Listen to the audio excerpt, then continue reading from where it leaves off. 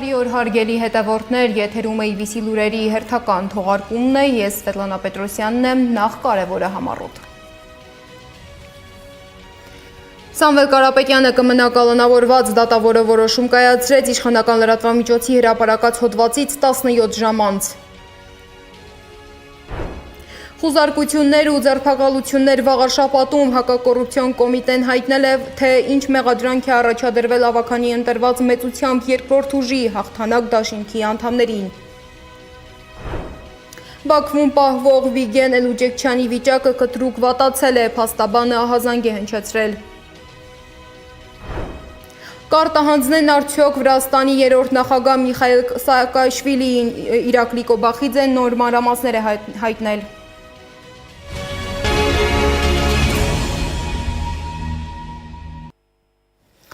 Եվ այսպես Վաղարշապատի ավագանի ընտրված մեծությամբ երկրորդ ուժի հաղթանակ դաշինքի անդամների տներում խուզարկություններից հետո 5 մարդու մեղադրանք է առաջադրվել։ Հակակոռուպցիոն կոմիտեն հայտնում է, որ նրանց նկատմամբ քրեական վարույթ է սկսվել կաշառք ստանալու, տալու եւ ընտրակաշառքի միջնորդության դեպքերի առթիվ։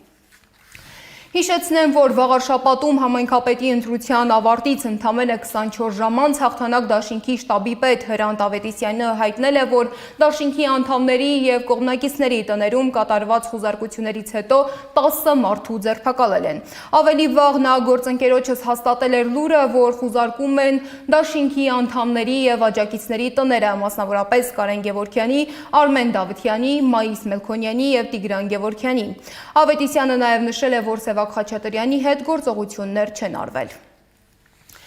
Իշխանությունը չի մարսում ընտրությունում հաղթանակ դաշինքի հավաքած ձայները, փորձում է սևացնել ընդդիմադիրներին 2026 թվականի համապետական ընտրությունից առաջ։ Այսպես է մեկնաբանում հաղթանակ դաշինքի անդամների եւ կողմնակիցների ձերբակալությունները դաշինքի առաջնորդ Սևակ Խաչատրյանը։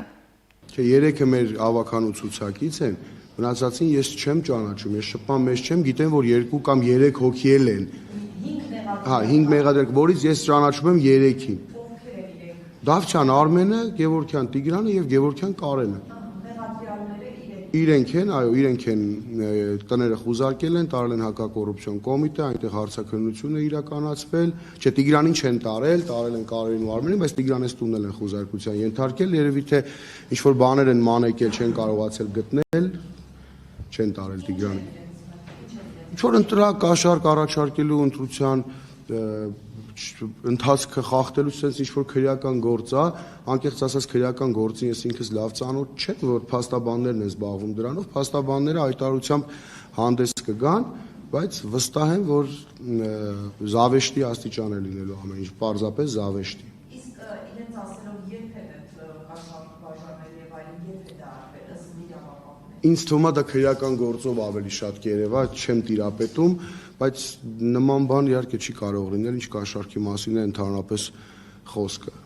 Չեմ կարող ասել, իսկ այդ հարցին փաստաբաններն ավելի ճիշտ կպատասխանեն, էլի ծանոթանալով քրեական գործից։ Ես ինքս մի բան ասեմ, միգուցե ճիշտ չասեմ, քրեական գործ կհարուցված իմ խոսքով չփորձեմ վնասեմ կամ սխալ տեղեկություններ չհայտնեմ։ Բայց ձեր գնահատականը, եթե ասեք, ըստ ձեզ ինչու է սա արվում, դուք համարում եք, որ այստեղ կա քաղաքական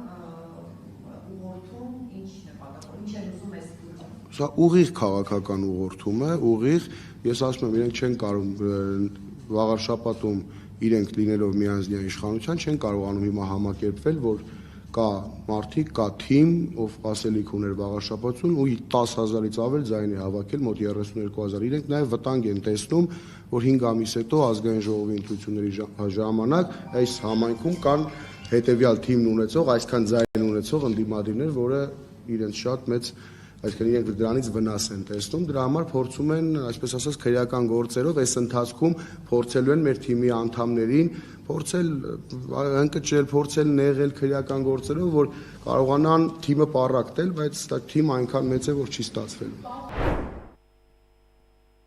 Ինչ վերաբերում է իրենց հաջորդ քայլին, Խաչատրյանը նշել է, որ ավականու իրենց մանդատները վերցնելու են, պայքարը շարունակելու են եւ լինելու են Մայրաթորի կողքին։ Նա նաեւ նշել է, որ քվեաթերթիկների վերահաշվարկի համար դիմում չեն ներկայացնելու, քանի որ ընտրության ընթացքում ամեն ինչ կարգին է եղել։ Սակայն դիմում են ներկայացնելու նախընտրական պայքարի ոչ արդար եւ անհավասար պայմանների ապահովման հարցով։ Այլ ինչ հայտարարություններ է արել Խաչատրյանը, դիտենք տեսանյութը։ Ավականու կազմում մենք ներգրավվածությունը ունենալու ենք, թիմի որ անդամներով կունենանք դեռևս թիմում քննարկում տեղի չի ունեցել, բայց որ մանդատները վերցնելու ենք, անպայման վերցնելու ենք, քանի որ այդ 10,000 ձայնը 10,000 մարդով մեծ ձայն է տվել, պետք է իրենց ձայնը համայնքապետարանում ներկայացված լինի, համայնքապետարանում պետք է այդ մարդիկ ակտիվ մեր թիմի անդամները աշխատեն, որպեսզի մենք ինքներս էլ ապացուցենք, որ մեր թիմն էր ավելի ճիշտ, ավելի լավ պատկերացնում Վաղարշապատ համայնքի ապագան, քան այն թիմը, ով այսօր լինելու է համայնքային իշխանության։ Երևի թե եւ ասեմ, որ ընդհանրապես դա ինձ շատ են հարցնում, լեգիտիմության խնդիր չի առաջացնում, այսինքն երբ որ վերցնենք մանդատները, դառնում է, որ ընտրությունները լեգիտիմացնում են, քաղաքացիական պայմանագիր ոչ, դա այդպես չէ, մենք հեսա ընթացքում էլ կխոսենք, մենք բազմաթիվ անգամ ենք ասել, որ պայքարը սկսվել է, ընտրապայքարը ի սկզբանե ընտրախախտումներով, անհավասար պայմաններով եւ այդպես է մինչ օրս։ Քվեարկությունը դեռևս ավարտվել է, բայց դեռևս այդ անհավասար պայմանները, ճնշումները մեր քաղաքական թիմի նկատմամբ մինչ այս պահը շարունակում են եւ կարծում եմ դեռևս շարունակելու են։ Ակցիաների ժամանակ դեպի Մայրաթորը մենք մեր թիմով մասնակից ենք եղել եւ փորձել ենք կանխել, հիմա էլ ենք լինելու ենք հայ առաքելական եկեղեցու կողքին, ինչպես ես նախկինում ասել եմ, իրենց այն թեզերը, որ սա որոշ հոգևորականների բարձրաստիճան հոգևորականների դեմ է, դա այդպես չէ։ Դա հայ առաքելական եկեղեցու դեմ է։ Եվ իրենք երբ որ իրենց այսպես ասած հոգևոր հավաքները ամբողջը հենց սկսեն, իմ ասածում մարդիկ արդեն նաև վաղաշապացիները կհամոզվեն, որ դա հայ առաքելական եկեղեցու դեմ է։ Մենք այս ամեն ինչ իրենք պլանավորել են ընտրությունների ընթացքում, պարզապես երևի թե մտածում են, որ ընտրությունների ընթացքում բարձրաձայն են սկսեն, դա կարող է հակառակ էֆեկտ տալ, հակառակ ռեակցիան տալ, ոնց որ եղավ շատ դեպքերում մարդկանց հանիրավի գործից ազատելուց, ապօրինի մարդկանց հորդորելուց, որպեսզի ազատման դիմումն են գրել անքաղաքական ճամբարներում լինելու համար, միգուցե կարծում եմ մտածել են, որ տեսել են, որ դա տալիս է հակառակ էֆեկտը իրենց քաղաքական թիմի համար, ասեն է, եթե հիմա քրեական գործեր փորձենք հարուցենք, դա նույնպես ձերբակալություններ իրականացնեն, դա նույնպես տալու է հակառակ էֆեկտը եւ իհարկե, որ մեր վարկանիշը իրենց վարկանիշը ավելի կնվազեր դրանից, մեր վարկանիշը կբարձրանար, փորձել են թողել ընտրություններից հետո, դուք ճիշտ եք նշում, էլի։ Այս երեք էլ շատ մարդիկ վաղարշապացիներ էջմիած տեսել, ասում են, լավ, հիմա հաղթել են ընտրությունները, հիմա ինչ են ուզում։ Ես ասում եմ ինչ են ուզում։ 5 ամիս հետո ազգային ժողովի ընտրություններ են։ Կա Վաղարշապատ համայնքում ձևավորված թիմ, մեծ ընդդիմադիր կուռ թիմ, միմյանց թև ու թիկուն կանգնող թիմ, ովքեր ազգային ժողովի ընտրությունների ժամանակ իրենց անհամաձայնությունը հայտնելու են քաղաքացիական պայմանագիր կուսակցությունը։ Պայքարը երբեք չի ավարտվում։ Իրենք հիմա փորձելու են մեր թիմը տարբեր քրեական գործերով պառակտում մտցնել, բայց չեմ կարծում, որովհետև թիմն այնքան անսասան է, թիմն այնքան իր նպատակներին, իր գաղափարներին նվիրված է, որ եթե փորձը որոշ մարդկանց հաջողվի որոշ մարդկանց էլ թիմից կտրել, ամեն դեպքում դա արդյունք չի տալու իրենց համար։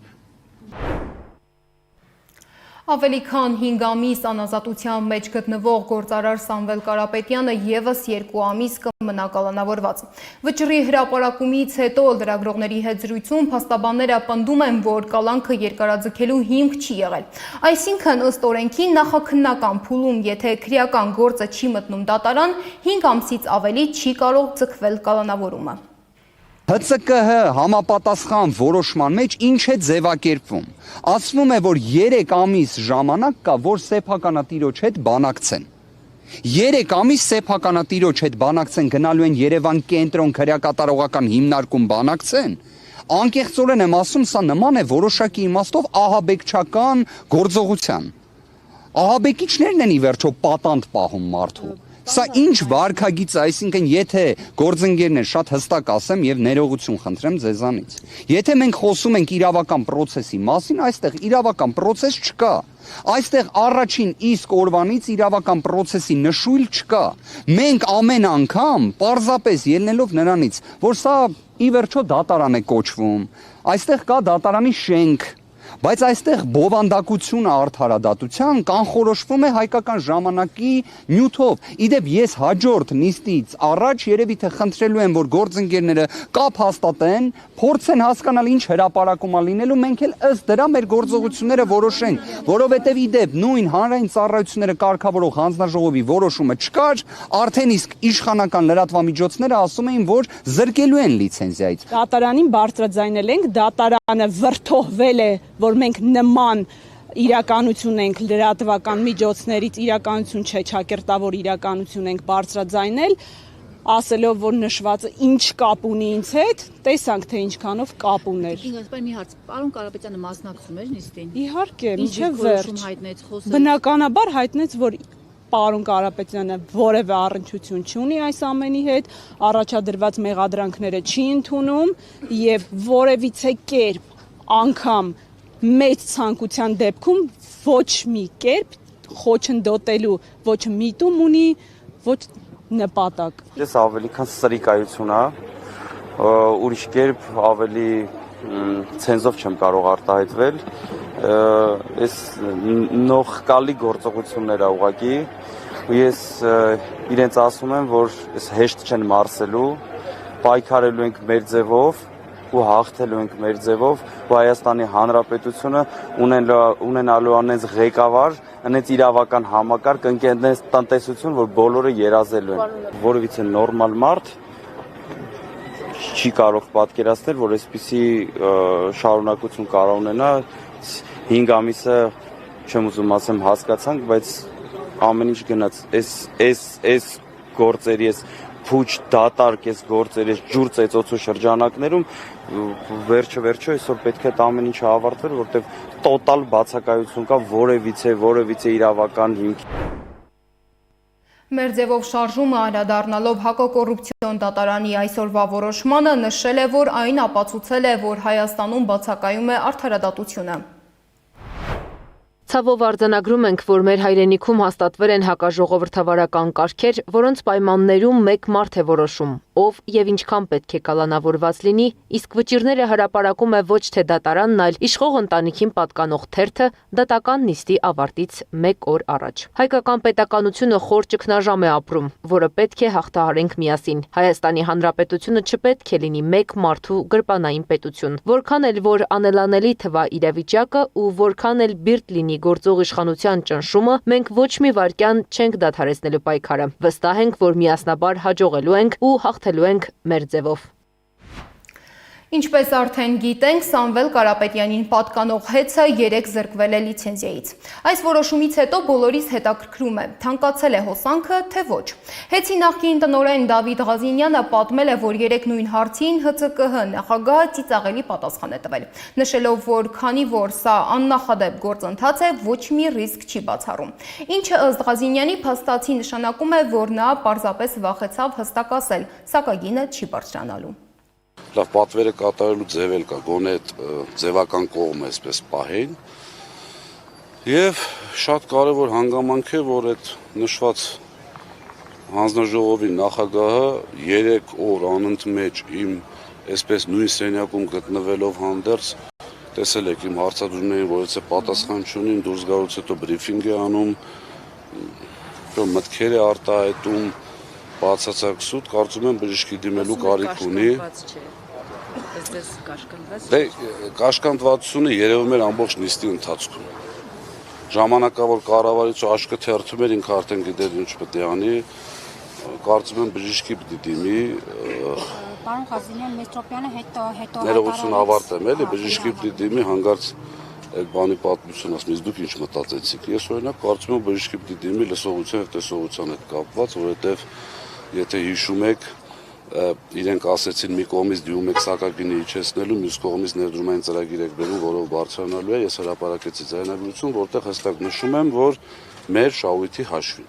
երեք նորից ինքը հայտարարում է նույն բանը։ Ես երևի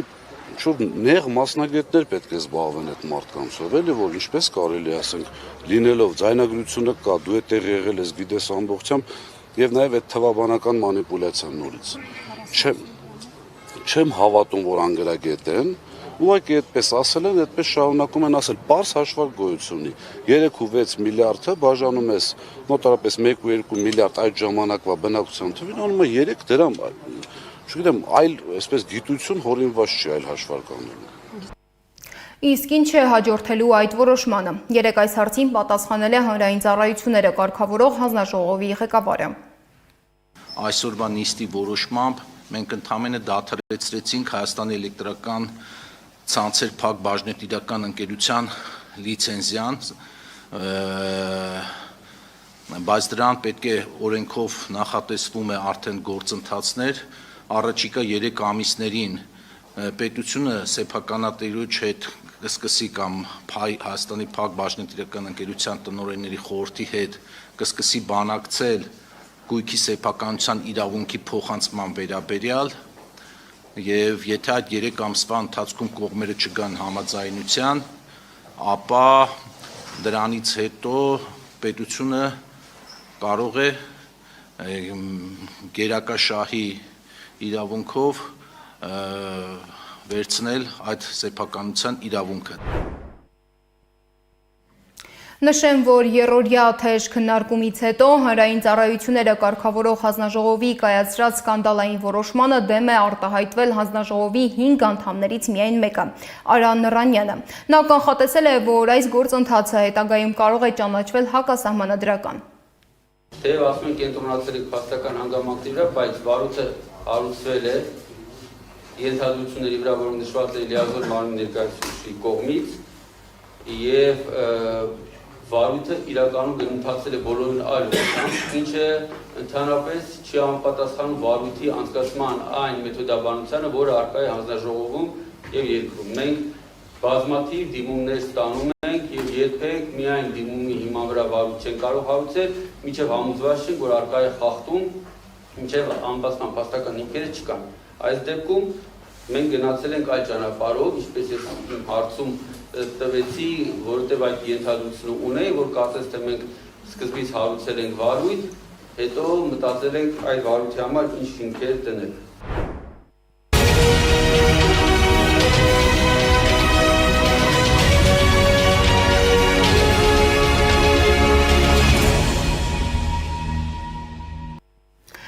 Թրամփի ուղին կառուցելու նախապատրաստական աշխատանքները քննարկելու համար Հայաստան է եկել Միացյալ Նահանգների պետքարտուղարի քաղաքական հարցերով տեղակալ Էլիսոն Հուքերը։ Հուքերը արդեն հանդիպել է Հայաստանի արտգործնախարարի եւ վարչապետի հետ քննարկել, թե ինչպես իրականություն դարձնել դեռ միայն թղթի վրա անուն ստացած Թրամփի ուղին։ Ամերիկացի պաշտոնյան ընդգծել է, որ նախագծի նպատակն է տարածաշրջանը դարձնել կարևոր առևտրային եւ տրանսպորտային միջանցք։ Հուքերը Երևանից կմեկնի Բաքու, որտեղ Ալիևը շարունակում է Սյունիքով անցնող ճանապարհը Զանգեզուրի միջանցք անվանել, նշելով, որ շինարարությունը ավարտին է մոտենում։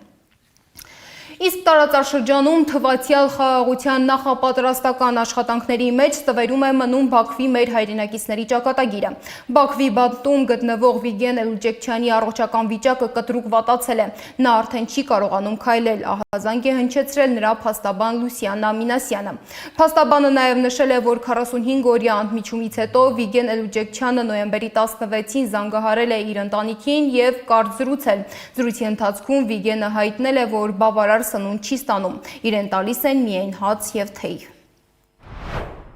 Չնայած Վիգեն Էլուջեկչյանի ծանր վիճակին, նրան ոչ բուժում է նշանակվել, ոչ էլ որևէ իրավական պաշտպանության միջոց։ Նա շարունակում է մնալ առանց անհրաժեշտ բժշկական օգնության։ Սա ոչ միայն անմարդկային, այլև նվաստացնող վերաբերմունք է։ Այն հատկապես մտահոգիչ է, հաշվի առնելով Ադրբեջանի նախագահ Իլհամ Ալիևի վերջին հրապարակային հայտարարությունները։ Բժշկական օգնությունից զրկելը, սննդի հասանելիությունը սահմանափակելը, տեղորայքից ու անգամ անվասայլակից զրկելը լուրջ վտանգ են առաջացնում Վիգենի առողջության եւ կյանքի համար։ Զուգահեռ Հայաստանի ներսում լայն արձագանք է ստացել Նիկոլ Փաշինյանի Արցվաշենի վերադարձի մասին նոյեմբերի 8-ի գրառումը։ Այն նորից բարձրացրել է անկլավների հարցը, հատկապես Տիգրանաշենում, որտեղ մարդիկ մտահոգություններ ունեն։ Մեր նկարահանող խումբն է եղել այնտեղ, պարզելու բնակիչների տրամադրությունները։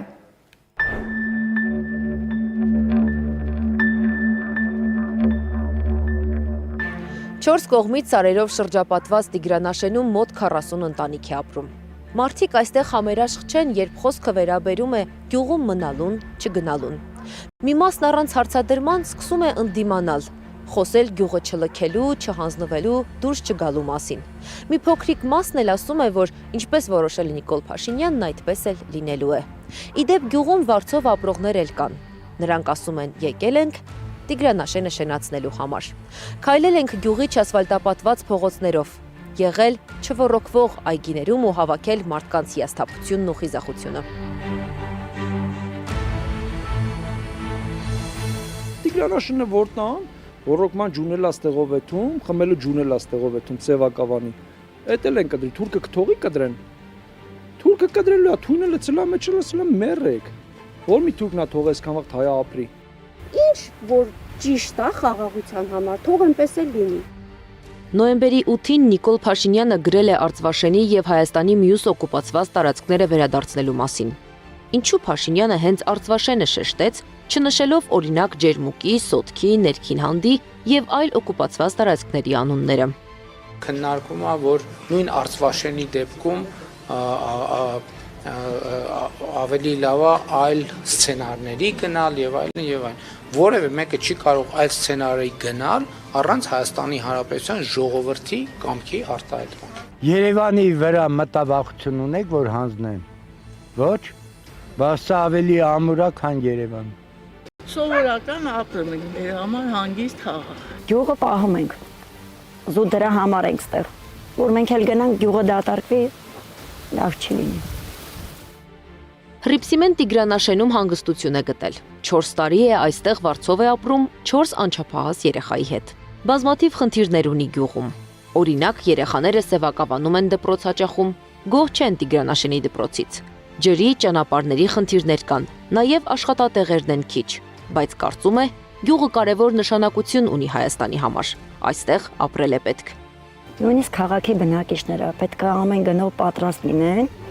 ցանկացած մանավանդ սահմանամերձ գոտում ցանկացած բնակչի կողը լինելով մենակ մեզանով չէ, այս գյուղը բոլորին է,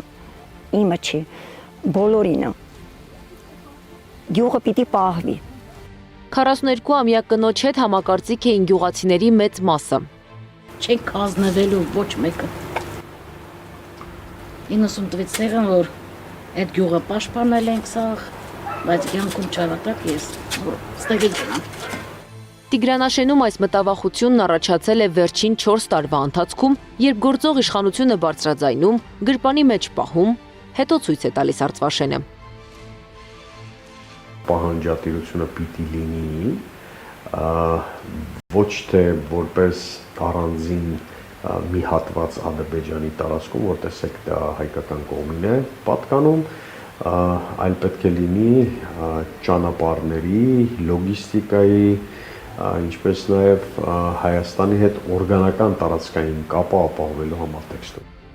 Տիգրանաշենը Հայաստանի ինքնիշխան տարածքի մասն է, որը խիստ կարևոր նշանակություն ունի տարածաշրջանում Հայաստանի դիրքը պահելու, լրացուցիչ կախվածություն չունենալու համար։ Խոսրով Հարությունյանի խոսքով Տիգրանաշենը սակարկման թեմա դարձնելը նշանակում է սակարկել Սյունիքի, Վայոց ձորի եւ Երևանի անվտանգությունը։ Պատկերացրեք, տվեցինք Տիգրանաշենը ադրբեջանցիներին, անկլավի անվան տակ։ Ինչ ալնելու դառնալ Տիգրանաշենը։ Մի անգամից հաշված շաբաթների ընթացքում դառնալ է ռազմական հենակետ։ Ռազմական այնտեղ քաղաքացիական ազգացություն չի գալու։ Ռազմական հենակետ է դառնալ։ Արցվաշենի մասին խոսելով Փաշինյանն ուղիղ հարվածի տակ է դնում Տիգրանաշենը, որովհետև լավ գիտի, Բաքուն պահանջելու է իբր իր անկլավները։ Արցվաշենը Հայաստանին ռազմավարության առումով ոչ մի օգուտ չի տալու, բայց Տիգրանաշենի կորուստը փակուղու մեջ է պահելու երկիրը, ընդգծում է Խոսրով Հարությունյանը։ Աբրահամ Գասպարյանն էլ ուշադրություն է հրավիրում վերջերս ձեռք բերված պայմանավորվածությանը Սյունիքով անցնող ճանապարհի վերաբերյալ։ Խոսքը Թրամփի պատվին անվանակոչված թրիփ նախագծի մասին է։ Հայաստանի դեպի հարավ տանող ճանապարհները վերահսկվելու են Բաքվի կողմից։ Ուղիղ նշանառության տակ է վերցնում հայկական բոլոր բնակավայրերը եւ Հայաստանի Հանրապետության ինքնիշխան տարածքում գտնվող ցանկացած շարժ։ Սա նշանակում է, որ թե լոգիստիկ առումով, թե կոմունիկացիոն ողնաշարի ջարդման առումով Ադրբեջանը ունենում է մեծագույն առավելություն։ Տիգրանաշենը գտնվում է Հայաստանի հարավ-արևմտյան հատվածում Արարատի մարզում։ Երևանից հեռու է ընդամենը 65-ից 70 կիլոմետր։ Արևմուտքով մոտ է Թուրքիայի սահմանին, իսկ հարավ-արևելքով Նախիջևանին։ Այսինքն, եթե Տիգրանաշենը այսպես կոչված փոխանակվի Արցվաշենի հետ, այդ կետում կմիանան Թուրքիան եւ Ադրբեջանը։ Ուժերի բալանսը պատկերացնում եք։ Բացի այդ, Բաքուն մշտադիտարկման տակ է պահելու Երևան-Սիսիան-Մեղրի ուղղությունը։ Որը մի տեղաշարժ դեպի Սյունիք, կենտրոնից Հայաստանի, չի լինի, փոխարենը Սյունիքից դուրս կգան, բայց հետ չեն կարող։ Այսինքն սա ոչ այլ ինչ է, եթե ոչ Վայոց ձորն ու Սյունիքը Ադրբեջանից վիճելու ամենակարճ ճանապարհը։ Տիգրանաշենում բնակիչների կենսական պայմաններն ապահովված չեն։ Ջուր, ճանապարհ, տրանսպորտ, դեղատուն չկա։ Կարծում են, լուծելի եւ արագ կարգավորվող հարցեր են, եթե պետությունը ցանկանա։ Եթե խոսք գնա տարածքի փոխանակման մասին, դա հստակ է, որ առանց Հայաստանի Հանրապետության քաղաքացիների դիրքորոշման դա հնարավոր չի անել։ Տիգրանաշենում խնդիրները գուցե հենց այդ պատճառով չեն կարգավորվում։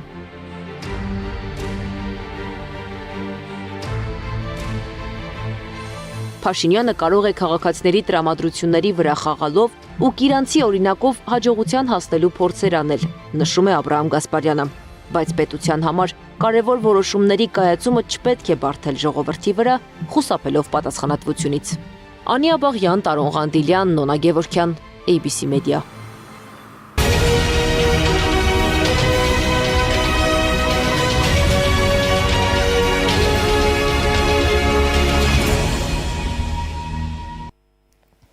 Միջազգային լրահոսից Վրաստանի երրորդ նախագահ Միխայիլ Սաակաշվիլիին արտահանձնելու շանսեր չկան, հայտարարել է Վրաստանի վարչապետ Իրակլի Կոբախիձեն, արձագանքելով ուկրաինական կողմի կոչերին նախկին նախագահին Կիև տեղափոխելու վերաբերյալ։ Ավելի վաղ Միխայիլ Սաակաշվիլին, որը գտնվում է վրացական բանտում, դիմել է Ուկրաինայի նախագահ Վլադիմիր Զելենսկիին, խնդրելով իրեն ընդգրկել ռազմագերիների ցանկում։